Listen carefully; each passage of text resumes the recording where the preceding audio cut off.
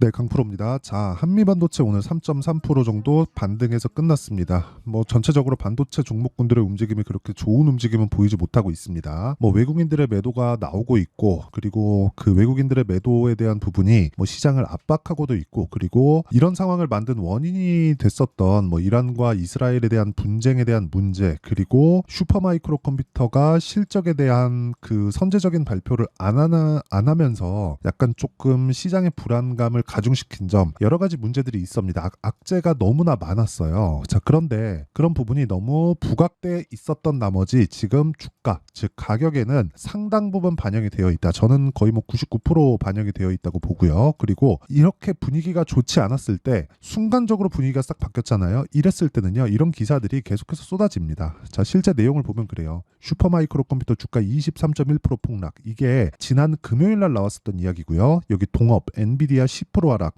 이것도 지난 금요일 날 나왔었던 이야기입니다. 엔비디아는 어저께 반등을 하면서 거의 한 10% 빠진 거에서 한 절반 정도 회복을 했습니다. 자, 실제 시세를 보면요, 이런 식의 상황이 나왔습니다. 어저께 오늘 새벽에 마감된 미증시죠. 엔비디아는 4.6% 반등이 나와서 끝났다. 그리고 슈퍼마이크로 컴퓨터 같은 경우에는 엔비디아하고는 사실상 상황이 좀 다릅니다. 이게 무슨 얘기냐면, 여기 지금 기사에 나온 내용으로 보면 동업이라고 되어 있잖아요. 근데 사실상 동업이 아니라요, 슈퍼마이크로 컴퓨터는 서버, 그쵸? AI 데이터 센터, 그쵸? 근데 여기 그 데이터 센터를 만드는 데는 엔비디아의 GPU, 그쵸? AI 반도체가 들어간다고 보시면 됩니다. 그리고 서버를 구성해주는 일종의 중간 단계죠. 그러니까 유통하는 과정에 있는 거라고 보시면 됩니다.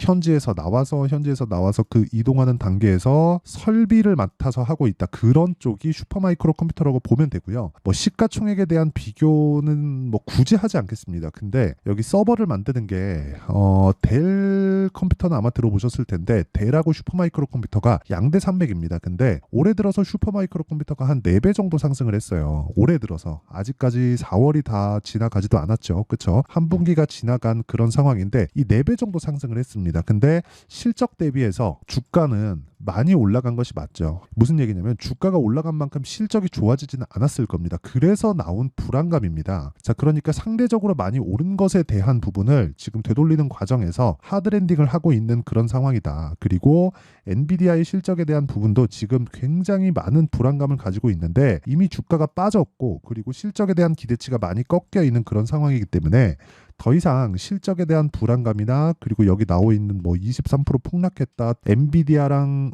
동업하고 있다, 이런 내용은 사실상 맞는 이야기가 아니다. 그렇죠?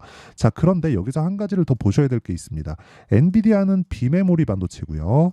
그리고 여기 나오는 슈퍼마이크로 컴퓨터는 아까 전에 말씀드렸죠.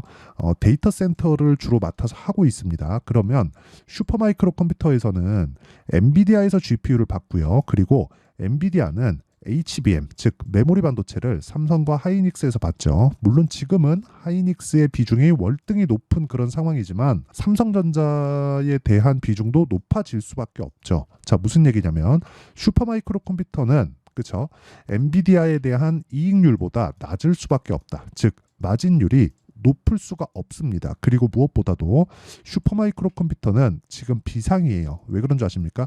동업이 아니기 때문에 그렇습니다. 엔비디아가, 그쵸, 지금 엔비디아의 적은 고객사라는 이야기가 있어요. 이 고객사들이 엔비디아 칩, H100, 이번에 나오는 B200, GB200 이런 칩셋들이 너무 비싸게 팔다 보니까 고객사들이 직접 만들어 쓰겠다. 그쵸? 엔비디아 칩이 성능도 좋고 범용적이기는 하지만 효율성에서 약간 떨어지기 때문에 차라리 우리가 만들어서 쓰겠다. 그래서 만들어서 쓰면 어차피 생산을 해주는 곳은 TSMC에서 하죠. TSMC에서 하기 때문에 이 TSMC에서 하는 그쪽으로 발주를 넣으면 되는 거니까 그런 부분은 그렇게 어려운 게 아니라는 거죠. 그런데 여기서 문제는요, 엔비디아가 떨어지는 상황이 있더라도 비메모리에 대한 수요, 그렇죠, AI 반도체에 대한 수요가 떨어지는 것이 아니라 필요한데 직접 만들어서 쓰는 거고, 직접 만들어서 쓰는 엔비디아의 고객사들, 이름만 들으면 알만한 곳입니다. 마이크로소프트도 그렇고요, 구글, 애플, 메타 이런 쪽인데, 이런 쪽이 메모리 반도체를 굳이 건드리진 않는다는 거죠. 그리고 한미 반도체는 메모리 반도체 장비 업체입니다. 물론 최근에 상승한 부분은 HBM, 그렇죠, TC 본딩 장비, 여기 그 후공정 장비에 대한 부분 때문에 상승을 한 것이지만, 이런 내용이 한 차례 끝나고 그리고 교체 주기, 그리고 기본적인 기존에 있었던 수요 이런 부분까지 감안하면 일부분 조정을 받아야 되는 건 맞습니다. 단기간에 많이 올라간 것은 맞으니까. 그리고 무엇보다 저도 반도체 종목군들을 많이 보유하고 있는 그런 상황에서 억지로 좋게 보려고 하는 게 아니라 조정을 받아야 되는 것은 맞아요. 그런데 조정받는 구간에서 우리가 타점을 잡고 그리고 가격대를 잡는 게 정말 중요하다. 그렇죠? 자, 지금까지 가격이 먼저 반영하는 주식시장의 특성 그리고 이런 내용을 토대로 어떻게 지금 상황을 바라봐야 되는지 그 내용에 대해서 봤다면 지금은 확인하고 한미반도체에 대한 매수를 이어가야 되는 게 맞습니다. 그리고 한미반도체가 여기서 추가적으로 빠지기 위한 조건이 형성되지 않습니다. 예를 들어서 삼성전자에 대한 가격대, 그쵸? 여기서 60일 이평선까지 떨어지지 않고 만약에 이게 장기 이평선까지 떨어진다고 하더라도 한 7만 한 3천원, 4천원 정도의 가격대, 그쵸? 그 정도기 때문에 여기서 뭐 굉장히 큰 위험이 있거나 여기부터 뭐 한 10% 떨어집니다, 20% 떨어집니다 이런 상황이 벌어지지 않아요. 만약에 이렇게 되잖아요. 그러면 환율 뜨고 달러 강세되고 유가 뜨고 금리 뜨고 이런 식이 됩니다. 그렇게 되면 물가도 못 잡고 금리를 만약에 더 올려야 되는 그런 상황이 오면 11월 달에 있는 대선, 그렇죠? 미국 대선이 망가질 수도 있는 그런 상황이 되겠죠. 이런 부분에 대한 내용을 전체적으로 이해를 해야 돼요. 그리고 무엇보다 단기간 많이 오른 것에 대한 조정을 받는 것이다. 그리고 이 구간에서 무조건 타점을 잡아서 우리는 단기적으로 수익을 낼 수 있는 가격대를 잡는 게 우선되어야 됩니다. 자, 그리고 그 타점에 대한 부분은 굳이 그쵸? 한미반도체를 기준해서 볼 게 아니라 한미반도체를 기준해서 우리가 다른 종목군들에 대한 움직임을 같이 볼 수 있다는 점, 이 부분에도 주목을 하셔야 됩니다. 예를 들어서 이런 거예요. 여기 나오는 에브리복 같은 경우에도 그쵸? 올라가는 구간에서 매수를 했을 때 그쵸? 제가 한 일주일 정도 기간 동안 47% 정도의 수익을 냈고요. 뭐 다른 종목들, 뭐 반도체 종목들도 마찬가지입니다.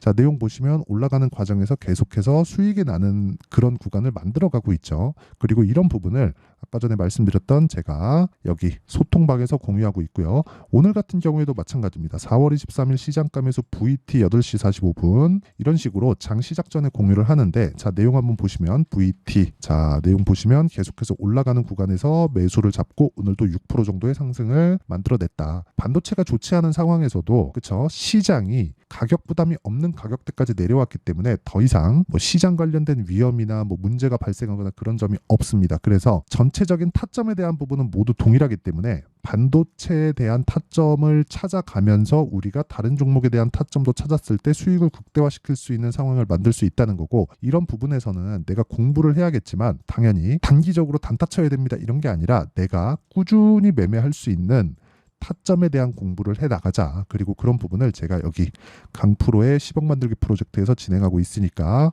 구독과 좋아요 2개 눌러주시고요. 상단에 있는 전화번호로 구독 또는 10억 자, 이렇게 구독자 인증을 해주시는 분들에 한해서만 제가 소통방 입장 링크를 순차적으로 공유를 해드리도록 하겠습니다. 결과적으로 그래요. 주식시장은 미래 가치를 반영해서 올라간다. 근데 한미반도체의 실적은 아직까지는 굉장히 큰 폭으로 좋아진 게 아니다. 그러면 미래 가치에 대한 기대감이 남아있는 거고 AI 반도체에 대한 수요는 지금 밭을 일구고 있는 그런 구간이기 때문에 지금 구간에서도 뭐 문제가 발생하거나 그런 구간이 아니다. 하지만 단기간에 많이 올라간 폭이 있기 때문에 그런 부분을 되돌리는 과정에서 약간의 조금 불편함이 있다고 보시면 되고요. 그 불편함을 내가 이해했을 때 이런 정도의 매매 타점을 잡을 수 있다. 그리고 지금 뭐 바이오를 포함한 반도체 그리고 하나 더 하자면 조선까지도 그쵸? 꾸준하게 주도주군 내에서 머물고 있습니다. 그런데 조선 같은 경우에도 반도체 같은 경우에도 작년에 뭐 7월, 8월 이런 식으로 강한 움직임을 보였었던 종목이 먼저 강했었던 게 반도체고 그 다음 지금 조선 쪽으로 이어지는 그런 상황이기 때문에 반도체가 조정이 끝나는 그런 구간까지 확인이 된다면 지금 반등을 주고 있는 조선 업종들처럼 그쵸? 충분한 반등을 줄 수 있는데 그런 부분에 내가 수익을 만들어 가려면 타점에 대한 이해가 필요하고 그 타점에 대한 부분은 여기 소통방에서 진행을 하도록 하겠습니다. 자, 실시간 내용이 들어가기 때문에 어쩔 수 없다는 점 양해 부탁드리고 구독과 좋아요 부탁드리고요. 상단에 있는 전화번호로 구독 또는 10억이라고 문자 보내주시면 제가 소통방 입장 링크를 순차적으로 공유를 해드리도록 하겠습니다. 자, 그러면 원리에 대해서 이야기를 드렸으니까 그 원리에 대한 부분을 내가 공부하려면 이 내용입니다. 그리고 한미반도체의 가격과 단기 보유 전략 그리고 최근에 반도체 쪽의 움직임이 상당히 안 좋기 때문에 제가 한미반도체의 실시간 타점을 문자로 공유를 해드리도록 할 테니까 구독과 좋아요 부탁드리고요. 상단에 있는 전화번호로 한미라고 문자 보내주시는 분들에 한해서만 제가 한미반도체 가격과 단기 보유 전략 그리고 실시간 타점을 문자로 공유를 해드리도록 할 테니까 구독과 좋아요 눌러주시고 상단에 있는 전화번호로 한미라고 문자 보내주시면 됩니다. 자, 내용 간단합니다. 반도체 종목군들이 지금 어렵다. 하지만 최근에 강했다. 그 강한 부분은 실적보다 먼저 올라간 가격 때문에 그런데 그 가격에 대한 조정 구간이 다 지나가고 나면 그쵸? 대략적으로 지나가는 그 기간은 1주에서 2주 정도 남았다고 보여지고요. 그 정도 기간이 되면 엔비디아의 실적이 거의 근접해 있는 그런 상황이 되기 때문에 주가가 빠진 상황에서 엔비디아의 실적에 대한 기대감이 없을 때 그쵸? 충분히 매수 구간을 잡을 수 있고 최소한 그런 부분을 우리가 확인하고 매매하자는 겁니다. 그리고 그런 부분을 제가 소통방에서 전체적으로도 공유를 하고 그리고 한미반도체의 실시간 타점을 문자로도 공유를 드리고 있으니까 구독과 좋아요 눌러주시고 상단에 있는 전화번호로 한미 또는 10억이나 소통이라고 문자 보내주시면 됩니다. 자, 그리고 이런 내용에 대해서 다 이해를 했을 때 어떻게 분류하고 어떻게 판단을 하고 그리고 어느 정도 결과를 낼 수 있는지까지 제가 다 이해를 시켜드리도록 할 테니까 영상 끝까지 시청하시고요. 모든 분들이 성공 투자하셨으면 참 좋겠습니다. 자, 24년도가 돼도 여전히 시장은 녹록지 못합니다. 이런 상황이 벌어지는 건 어쩔 수 없습니다. 이런 상황에서도 수익이 나는 종목들의 구조는 변하지 않습니다. 즉 대시세 종목에 대한 구조는 변하지 않는다는 거고 실제 제가 소통방에서 지속적으로 이야기를 드리고 있는 내용도 대시세 종목이나 시장 주도주를 공략하는 건 철저하게 가격 분석을 하라고 이야기를 드리고 가격 분석 이후에는 이슈에 대한 파악 그리고 이슈를 파악하고 나서는 다시 내가 얼마에 매수할지 그 타점에 대한 부분을 지속적으로 언급을 하고 있습니다. 자, 근데 생각해 보세요. 1월 달에 시장이 굉장히 어려웠습니다. 어려운 상황에서의 어떤 종목들이 강했냐 보면 반도체와 그리고 바이오입니다. 자, 실제 여기 보면요. HLB에 제가 실제 매매한 내용을 띄워놓고 보여드리고 있는데 1월 22일부터 매매를 시작해서 4일 동안 31%의 수익 마감이 됐고요. 그리고 여전히 신고가 종목입니다. 자, 그리고 그 다음 어보브 반도체 이름을 보시다시피 반도체 종목이죠. 그리고 AI 반도체는 지속적으로 강세를 보이고 있습니다. 이 종목도 신고가를 먼저 달성한 이후에 제가 21%의 단기간에 21%의 큰 수익을 내고 마감이 됐습니다. 다시 재공략을 준비하고 있고 이런 부분은 소통방에서 다 공유를 해드립니다. 자, 그리고 그 다음 코세스. 자, 코세스 같은 종목도 당연히 그쵸 신고가 종목이고요. 그리고 반도체 종목입니다. 이 종목도 영업일 기준에서 이틀 동안 대략 한 15%의 수익 마감이 됐습니다. 내용을 한번 보시면 어떻습니까? HLB를 포함해서 30%, 20%, 15% 이런 식의 수익이 지속적으로 발생하고 있는데 이 세 종목 모두 다 신고가 종목이고 1월 달에 시장이 약세를 보이고 있는 구간에서도 강했었던 그런 종목입니다. 특징점이 하나 있는데 그 이슈에 앞서서 가격이 먼저 반영했다는 거죠. 자, 근데 그게 기업 밸류업 프로그램이라고 하죠. 그 종목들도 마찬가지입니다. 오늘은 그 부분에 대해서 이야기를 드릴 텐데 그렇게 제가 가격을 먼저 보고 이슈에 대해서 파악하는 이유는 결과적으로는 큰 시세를 먹기 위한 사전 준비 작업입니다. 실제로 큰 시세를 먹기 위해서 사전 준비 작업을 했을 때 여기 레인보우 로보틱스 127% 그리고 ISC 98% 그리고 한미반도체 97%의 큰 수익을 내는 상황을 만들 수 있습니다. 어떤 식으로 소통방에서 진행됐는지 그쵸? 그 상황을 제가 이야기를 드린 건데 이런 상황도요 당연히 신고가를 공략했을 때 가능한 겁니다. 자, 그러면 이번에도 마찬가지입니다. 그쵸? 정부 주도의 코리아 디스카운트 해소 방안이 2월 달에 발표를 하고요. 그리고 2월 달에 발표된 내용을 토대로 주가가 움직이는 게 아니라 이미 움직인 내용이 있죠. 실제 이 내용은 크게 중요한 게 아니라는 겁니다. 실제 움직인 내용을 보면 자, 기아차입니다. 실제로 12월 달에 신고가를 만들어 놓고 정부에서 입김을 불어 넣으니까 순식간에 기아차를 포함해서 현대차 같은 거대 기업들의 주가가 2주도 채 되지 않아서 40% 정도의 큰 시세를 냅니다. 자, 그러면 우리는 어떤 종목을 봐야 될까요? 이슈를 파악해야 되는 것도 맞지만 철저하게 가격에 맞춰서 매매를 해야 되는 게 당연히 중요합니다. 정부가 주도하는 정책 방향이 있겠죠. 그 방향에 맞춰서 우리가 종목을 찾을 필요가 있다.